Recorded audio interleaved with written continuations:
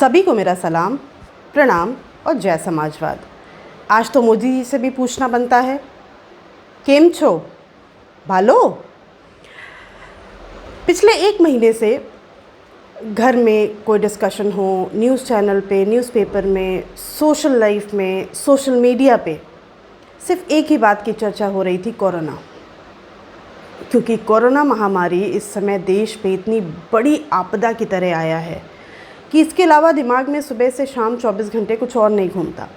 लेकिन आज अगर सोशल मीडिया की चर्चा और न्यूज़ चैनल्स की बात की जाए तो आज चर्चा में बना रहा चुनाव, 5 राज्यों का चुनाव और उत्तर प्रदेश का पंचायत चुनाव। इसमें गलती हमारी नहीं है, आपकी नहीं है। चुनाव पे चर्चा इसलिए हुई क्योंकि चुनाव हुआ। सबसे बड़ी बात है, चुनाव होना नहीं चाहिए था, तो इसमें गलती हमारी सरकार की, चुनाव आयोग की है। चुनाव की वजह से, रैलियों की वजह से सेकेंड वेव जो आई है वो इतनी घातक हो गई, इतने लोग कोरोना संक्रमित हो गए। लेकिन अब चुनाव हुआ है तो परिणाम आएगा, और परिणाम आएगा तो चर्चा होगी। बंगाल सबसे ज़्यादा चर्चा में रहा। वैसे तो 5 राज्यों का चुनाव था, लेकिन सबसे ज़्यादा चर्चा में रहा बंगाल। लेकिन उसमें भी हमारी आपकी गलती नहीं है, उसमें गलती है मोदी जी की। उन्होंने जिस तरीके से रैली पे रैली और जिस तरीके से इतना ज़्यादा प्रचार किया बंगाल में, इस वजह से चर्चा में रहा। दूसरी बात, क्यों बंगाल का चुनाव चर्चा में रहा? क्योंकि हमारे देश में एक ही महिला मुख्यमंत्री हैं, दीदी ममता दीदी। उन पे भी चुनाव जीतने के लिए मोदी जी ने उनको भी नहीं बख्शा और उन पे भी पर्सनल अटैक किया, टीका टिप्पणी किया, जो कि बहुत ही अशोभनीय था। दीदी एक ऐसा रिश्ता होता है, जैसे आपके सामने, किसी भी पुरुष के सामने अगर एक महिला पड़े जो कि उम्र में उससे बड़ी है, तो सबसे प्योर और सबसे अच्छी बॉन्डिंग के साथ रिश्ता बनता है, वो उसे दीदी कहने लगता है। जैसे जब से मैं राजनीति में आई, समाजवादी पार्टी से जुड़ी, मैं अनगिनत लोगों की दीदी हूँ, अनगिनत। और ये रिश्ता बहुत अच्छा होता है। आपको किसी को रिस्पेक्ट देनी है, आप उसे दीदी बोलते हैं। लेकिन हमारे देश के प्रधानमंत्री ने दीदी शब्द का मजाक उड़ाया। बंगाल ने उसी मजाक पे इनके मुंह पे थप्पड़ मारा है। इन्हें हीरो बनना था, इन्हें हीरो बनना था। इनका वो स्टेटमेंट याद रहा सबको वोट देखते में, खासकर महिलाओं को। दीदी, ओ दीदी। अब ओ दीदी नहीं, अब जय दीदी बोलो, क्योंकि दीदी जीत गई हैं।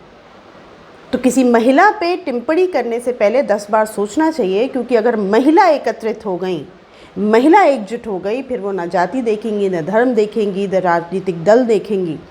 महिला की बेइज्जती मतलब सभी महिलाओं की बेइज्जती।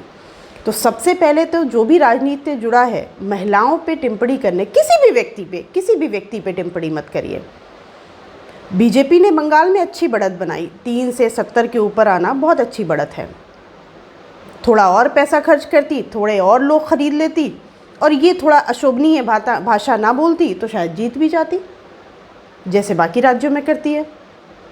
लेकिन अपने हल्केपन की वजह से इन्होंने अपना, कहते हैं ना, मट्टी पलेद कर लिया। अपनी जितनी बेइज्जती करानी थी करा ली। तो आज मैं अपनी तरफ से दीदी को, ममता दीदी को बहुत सारी, ढेर सारी बधाई देती हूँ, और विमेन एम्पावरमेंट को बधाई देती हूँ कि महिला में इतनी शक्ति होती है। वो कभी नहीं कमज़ोर पड़ी और उन्होंने डट के सामना किया और आज वो सफल रही।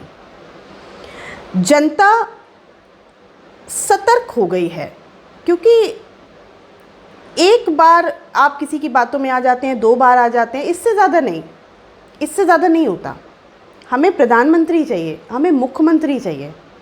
हमें फैंसी ड्रेस कंपटीशन नहीं कराना है कि आप अपना चोला बदल बदल के इधर चले जा रहे हैं, कभी बंगाली बोलने लग रहे हैं, कभी मराठी बोलने लग रहे हैं अपने रैलियों में।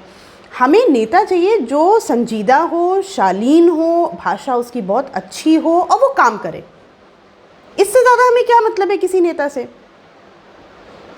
तो हमें अब चोला बदलने वाले और चोला पहन के घूमने वाले लोग नहीं चाहिए।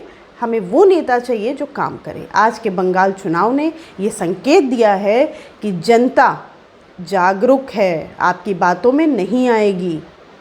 आपकी टीका टिप्पणी हंसी मजाक मंच पे इसकी ज़रूरत नहीं है, आप काम करके दिखाइए। तो बंगाल के चुनाव के लिए मैं बंगाल की जनता को धन्यवाद करना चाहती हूँ, और आगे भी जितने चुनाव हों मैं जनता से कहती हूँ कि आप मुद्दों पे वोट दें। आगे आने वाले उत्तर प्रदेश में विधानसभा चुनाव में 2022 में आप सोच समझ के वोट दें। ऐसा नेता चुनें जो शालीन हो, जो काम करता हो, कोई फालतू मुद्दों पे चर्चा ना करे मंच पे खड़ा होके, ना ही किसी महिला पे टिप्पणी करे।